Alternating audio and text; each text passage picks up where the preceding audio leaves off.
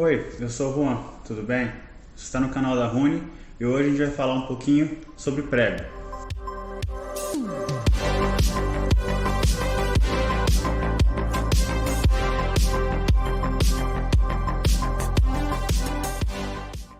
Antes de falar um pouco sobre todos os tipos de prego que existem, não esquece de se inscrever no canal, deixar o seu like aí e compartilha com a galera que o vídeo vai ser bem bacana. Então pessoal, hoje a gente vai falar um pouquinho sobre prego. O que seria prego? Tá? Seriam essas hastes de metal aqui que muita gente está acostumado a ver em móveis, em peças de decoração, certo? O que ela é? Tá? Uma das principais partes de um projeto, com certeza, fica na parte da sua montagem. Tá? E o que isso quer dizer? Que você pode utilizar diversos elementos para estar fazendo essa montagem. Cola, parafuso, prego. E hoje, esse daqui é o astro do dia, o prego. Mas você realmente conhece qual que é a verdadeira utilidade de cada um? E o que é exatamente o prego? Tá? O prego nada mais é do que uma haste de metal, como essa daqui, e ela tem a função primária de você fazer uma fixação de peças de forma irreversível, tá? De forma permanente. O prego é uma haste de metal que tem em sua estrutura uma ponta afiada e uma ponta chata. Dessa forma você consegue ter um poder de penetração muito grande e fazendo com que as peças fiquem fixas de uma forma permanente. Normalmente esse material ele é utilizado em madeira. Tá? A história do prego ela vem de aproximadamente uns 5 mil anos atrás. E existem pregos de diversas aplicações. Nós temos então os comuns, que são esses de metal. Temos alguns que são mais antigos, que são feitos de madeira. O prego funciona de forma a fixar as peças de uma maneira permanente. O que seria isso? Uma vez que você utiliza, dificilmente você vai querer retirar esse prego dali. Em boa parte das vezes, se não todas, é necessária a utilização de um martelo para te ajudar a fazer essa aplicação. Em alguns outros casos, você pode também estar utilizando junto a cola para melhorar ainda mais a fixação dessas peças. Existem diferentes tipos de pregos. O mais comum que nós encontramos são os pregos com cabeça. Eu vou estar falando para o editor colocar aqui na tela uma imagem para mostrar exatamente cada tipo de prego conforme eu for falando. Os pregos com cabeça, eles nada mais são do que os pregos comuns que nós encontramos. Eles possuem na sua estrutura uma haste de metal, normalmente um pouco mais longa, com uma ponta bem afiada e no seu verso, na sua contraponta, né, no verso dele, uma cabeça bem chata para você ter uma maior precisão na hora de acertar. Esse material é normalmente utilizado em madeira, como eu já falei anteriormente, e ele é muito usado em casas de madeira, para pendurar quadros e tudo mais. Então, normalmente, é esse tipo de material que você vai acabar utilizando e que você vai ter mais acesso nessas situações. O prego sem cabeça, ele segue exatamente a mesma linha do prego com cabeça. A diferença é que a sua cabeça, né, ela é mínima, ela é muito pequenininha. Então essa cabeça, a ideia dela é que ela serva apenas para você conseguir utilizar o martelo e a hora que ele chegar na sua finalidade, no final dele, você vai ter uma peça mais bem acabada, que não vai ter a parte de metal tão à mostra, porque é um pouquinho mais estreito. Esse modelo normalmente é utilizado na instalação de assoalhos de madeira, portas, janelas e rodapés em qualquer cômodo da casa. Existe o prego de duas cabeças, esse é um pouquinho mais difícil de encontrar. Ele é utilizado normalmente para quando você quer ter uma fixação temporária utilizando o prego.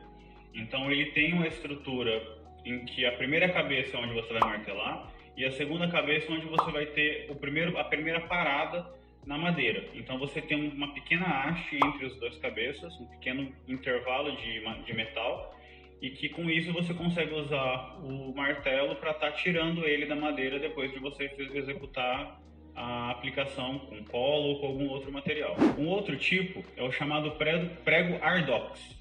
É um nome meio estranho, mas ele tem basicamente a mesma estrutura, o mesmo desenho de um parafuso. Então ele tem todo o seu corpo sulcado, né, com como se fosse um caminhozinho, e ele funciona para você ter um pouco mais de dificuldade de retirar essa peça. Então na hora que ele quebra a fibra da madeira, A hora que você vai tentar tirar ele quando você errar alguma coisa assim, ele é muito mais difícil por causa desses sulcos que ele possui dentro na própria estrutura dele. O prego Ardox, normalmente ele é indicado para madeiras mais duras, como portas de madeira mais grossas ou em suportes e móveis de pallet, porque ele dificulta o arrancamento. Existe também um modelo bem parecido com o Ardox, que é o chamado prego anelado. Então ele tem vários anéis em sua estrutura, tá, no seu corpo, e isso faz a mesma função do Ardox. Normalmente esse modelo é utilizado em madeiras mais macias e ele faz exatamente a mesma função do Ardox. Na hora de você aplicar, ele aplica de uma forma mais tranquila, só que na hora de retirar, ele tem um pouco mais de dificuldade. O outro tipo é o chamado prego para taco. Ele tem um formato de um L. Então ele tem um formato de um L e ele normalmente é utilizado, era na realidade, que hoje é muito difícil de você encontrar esse prego, que ele favorece a fixação de tacos para assoalho. Então aquelas casas mais antigas que tinham alguns tacos no assoalho, aquelas madeirinhas pequenininhas, normalmente utilizava esse tipo de prego para fazer a aplicação. Outro tipo de prego que também existe são os chamados pregos telheiros. Eles normalmente são utilizados para conseguir estar colocando aquelas telhas onduladas, as comumente chamadas de eternite ou ternite. Normalmente ela é composta de um prego maior, um pouco mais longo, uma ponta espirada, e ele normalmente vem com um anel de vedação em cima. Então, a hora que você vai comprar ele, você vai ver que ele possivelmente vai ter tipo uma borrachinha ou um plásticozinho em cima, próximo da cabeça, que a hora que você faz a martelada nele, ele tem como se apoiar e ele veda o furo que foi feito para poder encaixar o parafuso.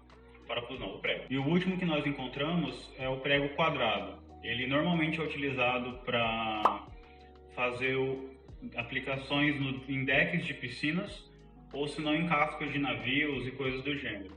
Ele possui o corpo dele quadrado, porém a cabeça dele continua sendo redonda. Mas de qualquer forma, independente do tipo de prego que você for estar utilizando, a função dele é basicamente a mesma. É romper as fibras da madeira e na hora de você tentar puxar, essas fibras lascadas vão fazer um pequeno agarro nesse prego e vão dificultar a retirada desse material. A dica que eu posso passar para vocês é que a ideia de você utilizar um prego é que o comprimento do prego ele precisa ser, no mínimo, o dobro da medida da madeira mais fina que você vai estar utilizando.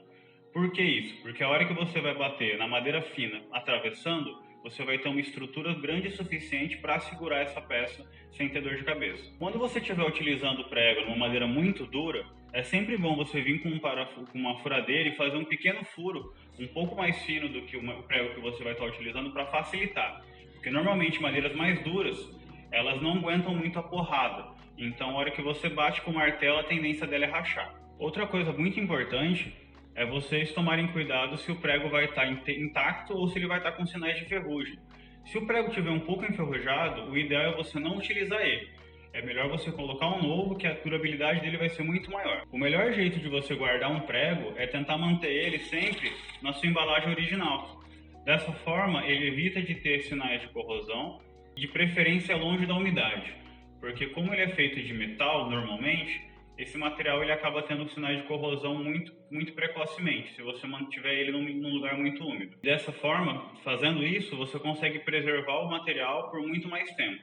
Então a durabilidade dele também vai ser muito mais longa. Agora que você já sabe um pouquinho mais sobre como funcionam os pregos e quais são os tipos que você encontra por aí, ficou mais fácil de você saber qual que é o mais interessante para o seu projeto. Mas lembre-se que existem ainda diversos outros tipos de mecanismos e sistemas em que fazem a mesma função e às vezes de forma até melhor. Fique ligado para os próximos vídeos que nós vamos abordar um pouquinho de cada um, beleza? Nos vemos numa próxima.